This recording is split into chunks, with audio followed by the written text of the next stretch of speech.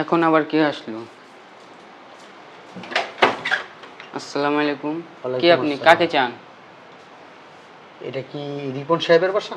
জি, ওটা আমার আব্বু। তোমার আব্বু? হ্যাঁ, ভিতরে আসতে পারি? আসেন আসেন, বহেন।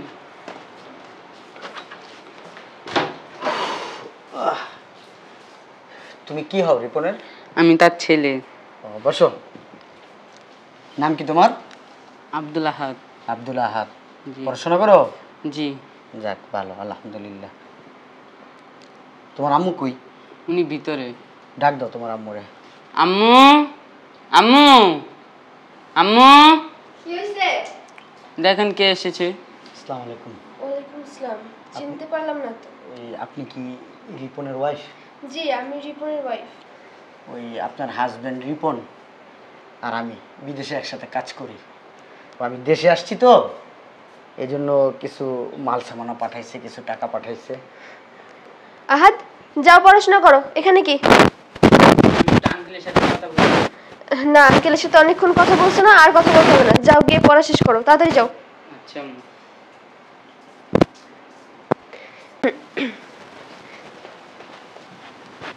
তো বাসার সবাই ভালো আছে না? জি ভাবি, ভালো আছে। কবে আসছেন আপনি দেশে? গত পরশু দিন আসছি ভাবি। আসলে হয়েছে কি ভাবি, বলছিলাম কি, অনেক কষ্ট করে আসছেন, একটু চা খান, চা দেই।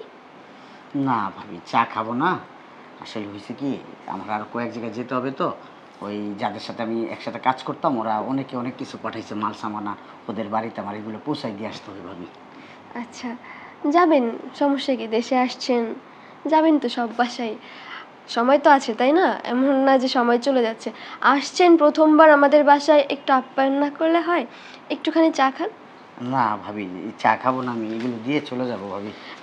আরে এখানে খুলেন না, ভিতরে চলুন না। না ভাবি, ভিতরে যাব না, আজকে আরেকদিন আসবো। অসুবিধা নাই, আমি তো আপনার ভাবি হই, তাই না? জি জি। চলুন ভিতরে গিয়ে এগুলা বের করে দিন। আচ্ছা, বলছি রিপন কবে আসবে দেশে? আসবে ভাবি, রিপন আসবে 1-1.5 বছর পরে আসবে। ও আচ্ছা, তাহলে ভাবি আমি এগুলো দিচ্ছি। এগুলো এখানে বের করেন না, চলেন ভিতরে, চলেন ভিতরে গিয়ে রিল্যাক্স করে একটু বসবেন। ফেলে দিচ্ছি ভিতরের রুমে, চলেন। না ভাবি, আজকে থাকবো না, বললাম তো আরেকদিন আসবো ভাবি। একটু খালি চা খেয়ে যান। আরে আসুন তো। শুনুন, আরেকটা কথা, আমি একটু জিনিসের ছবি তুলে আপনাকে দিব। ওই ছবিটা আপনি একটু আপনার ভাইকে পাঠিয়ে দিবেন, হ্যাঁ? ঠিক আছে ভাবি। আচ্ছা ঠিক আছে, চলুন ভিতরে। আপনি যান। আসুন না। যান আপনি, যান, আমি আসতেছি। আসুন আমার সঙ্গে। আচ্ছা যান, আপনার পিছনে পিছনে আসুন। আচ্ছা ঠিক আছে, আসেন।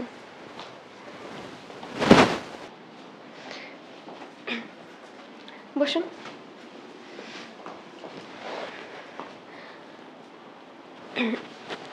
এটাই আমার রুম, বুঝছেন?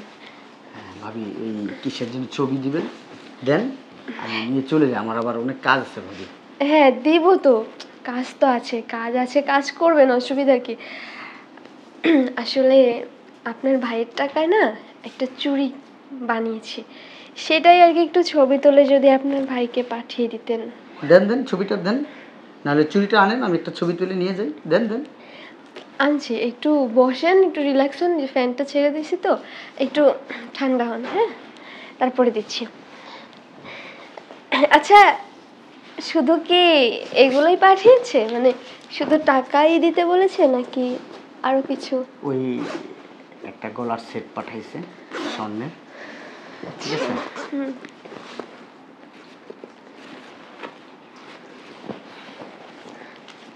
আপনার ভাই তো ভালো আছে না অনেক? জি জি, অনেক ভালো আছে। 1 2 3, এই নেন, 3 লক্ষ টাকা পাঠাইছে। আর এটা পাঠাইছে না। তাহলে ভাবি আমি আসি। হ্যাঁ, অনেক সুন্দর তো। হ্যাঁ। আরে কোথায় যাবেন, রাখুন না। আসছেন, একটু বসেন। এই আসছেন, আর কোনোদিন আসবেন কিনা তার ঠিক আছে? বসেন, একটু চা বানাই, একটু চা খেয়ে যান প্লিজ। আরেকজন। আরে বসুন। আরে উঠলেন কেন? সমস্যা ভাবি, এরকম করতেছেন কেন? বুঝলাম না, আপনি কি বুঝেন না কিছু? আপনি কি কচি খোকা নাকি? হ্যাঁ, আপনার ভাই 6 বছর হয়েছে প্রবাসে গেছে। এই 6টা বছর আমি কিভাবে কাটাইছি আপনি কি বুঝেন না কিছু? যে আমি কেন আপনাকে বারবার রুমে আসতে বলতেছি, আমি কেন আপনাকে বেডরুমে নিয়ে আসছি আমার এই ফাঁকা বাসায়, আপনি কি কিচ্ছু বোঝেন না?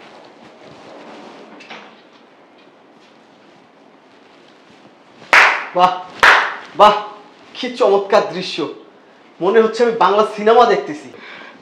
হ্যাঁ রিপন, মানে তুমি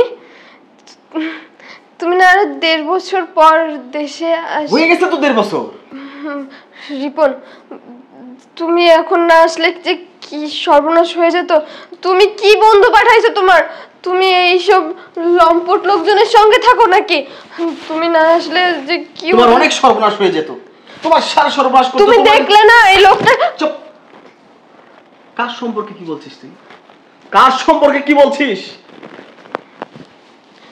আমার চেয়ে ওনাকে আর কেউ ভালো চেনে না। তুমি দেখছো না আয়শা? আমি দেখছি, আমি সব কিছু দেখেছি, আমি সব কিছু জানি। এই লোকটাকে আমি পাঠাইছি শুধু তোর এই আসল রূপটা দেখার জন্য, তোর চরিত্রটা কত ভালো এটা বোঝার জন্য আমি ওনাকে পাঠাইছি। আমি ওনারে পাঠাইছি। তুই জানোস ওই প্রবাসে যখন আমি জালিয়াতিতে পড়ি, আমি তো গেছিলাম যে ভিসা নিয়ে, সে ভিসা আমার কোনো কাজ হয়নি। এই মানুষটা আমার কত বড় বিপদের হাত থেকে আমার বাঁচিয়েছে জানোস? নিজের আপন ছোট ভাইয়ের মতো, নিজের সন্তানের মতো করে আমারে ওই প্রবাসে ঠাই দিছে, আমার কর্ম করার জায়গা দিছে। আর প্রত্যেক মাসে আমি লক্ষ লক্ষ টাকা তোর কাছে পাঠাইছি, তোরে ভালো রাখতে, আমার সংসার ভালো রাখতে, আমার সন্তানকে ভালো রাখতে। কিন্তু তোর চরিত্র যে এতটা নষ্ট হয়ে গেছে এটা আমার জানা ছিল না। তুমি ভুল করতেছো। দেখো, আসলে তুমি যেটা দেখছো সেটা সত্যি না। আসলে কি হয়েছে, আর কত মিথ্যা বলবি, আর কত মিথ্যা বলবি, আর কত মিথ্যা বলবি? ছলনাময়ী, কালনাগিনী, আমি কখনো ভাবতে পারিনি আমার ভালোবাসার মানুষটার চরিত্র এত খারাপ হবে। আমরা তো মানুষ, আমার শরীরেও তো রক্ত মাংস আছে। আমিও তো টানা 5টা বছর ওই প্রবাসে থেকে আসলাম, কই একটা সেকেন্ডের জন্য তো আমি অন্য কারো সঙ্গ পাওয়ার ইচ্ছা পোষণ করিনি। তুই তো নারী রে, তোর তো অনেক ধৈর্য, এত তাড়াতাড়ি ধৈর্য হারা হয়ে গেলি? ভাইজান, আপনাকে কি বলবো, আপনি যদি আমাকে এভাবে না বুঝাইতেন আজকে ওর আসল রূপটা আমি ধরতে পারতাম না ভাইজান। আমি আপনার কাছে আবারও কৃতজ্ঞ ভাইজান। আসলে শোনো বোন, তুমি কি মনে করছো এই দুনিয়াতে সবারই চরিত্র খারাপ? সবার চরিত্র খারাপ হয় না। আল্লাহ দুনিয়াতে তার বান্দা সৃষ্টি করে পাঠাইছে। আমরা যা যা করতেছি আল্লাহ কিন্তু সব দেখতেছে। এই যে তুমি আমাকে যেভাবে এইখানে নিয়ে আসছো, যে কাজটা করার জন্য, তুমি রিপন না দেখলো, কেউ দেখে নাই, একজন তো দেখতেছে আল্লাহ। মরার পরে তোমার আমার শাস্তি হবে কি জানো? কঠিন শাস্তি হবে। 5 ওয়াক্ত নামাজ পড়ি, আল্লাহরে ভয় পাই।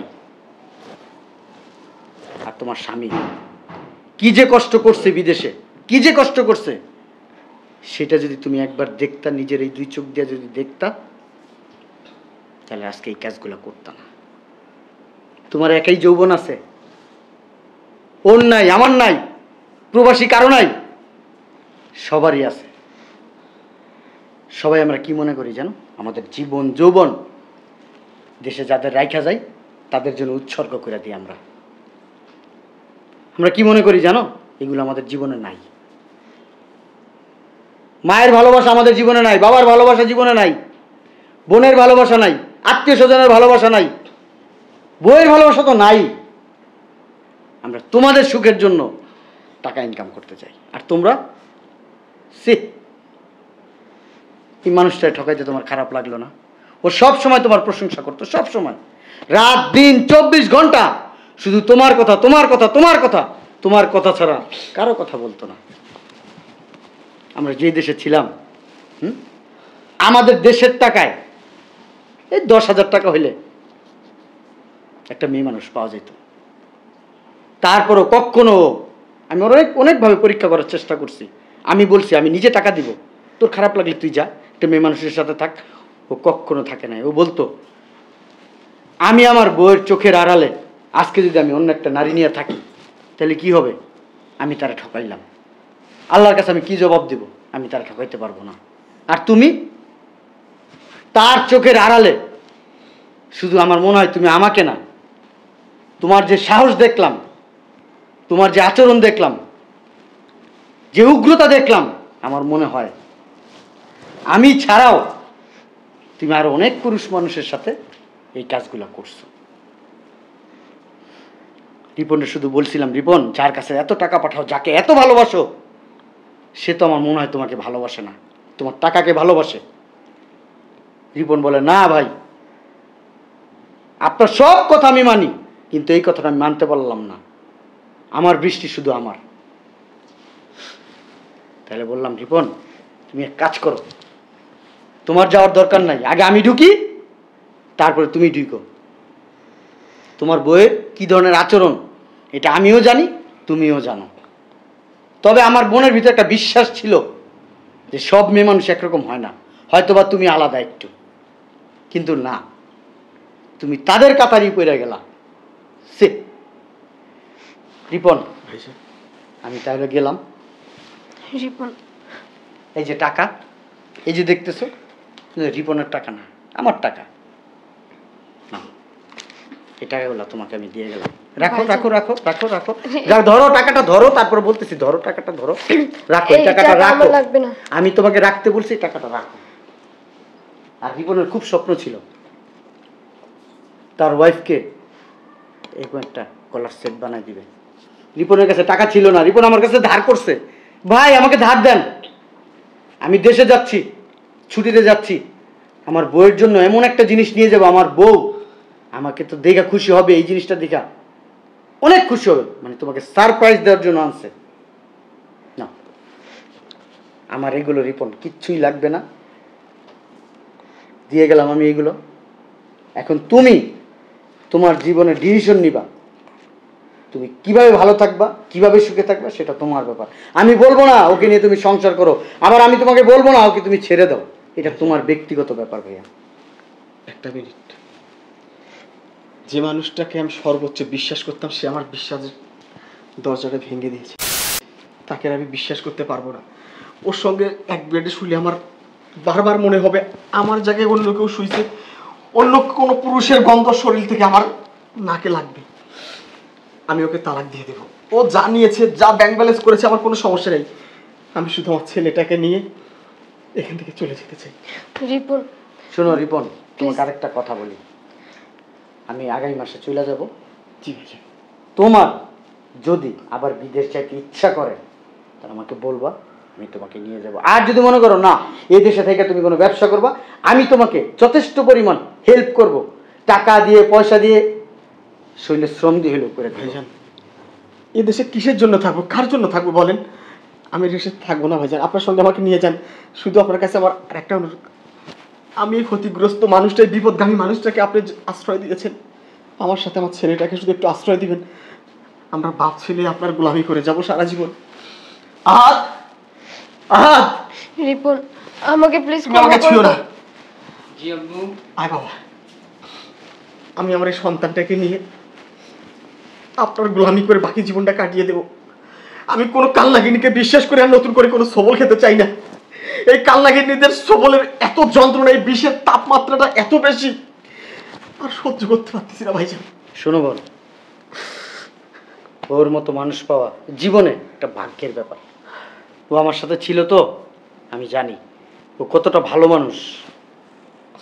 তুমি কখনো ওর কাছ থেকে প্রতারণা পাবা না।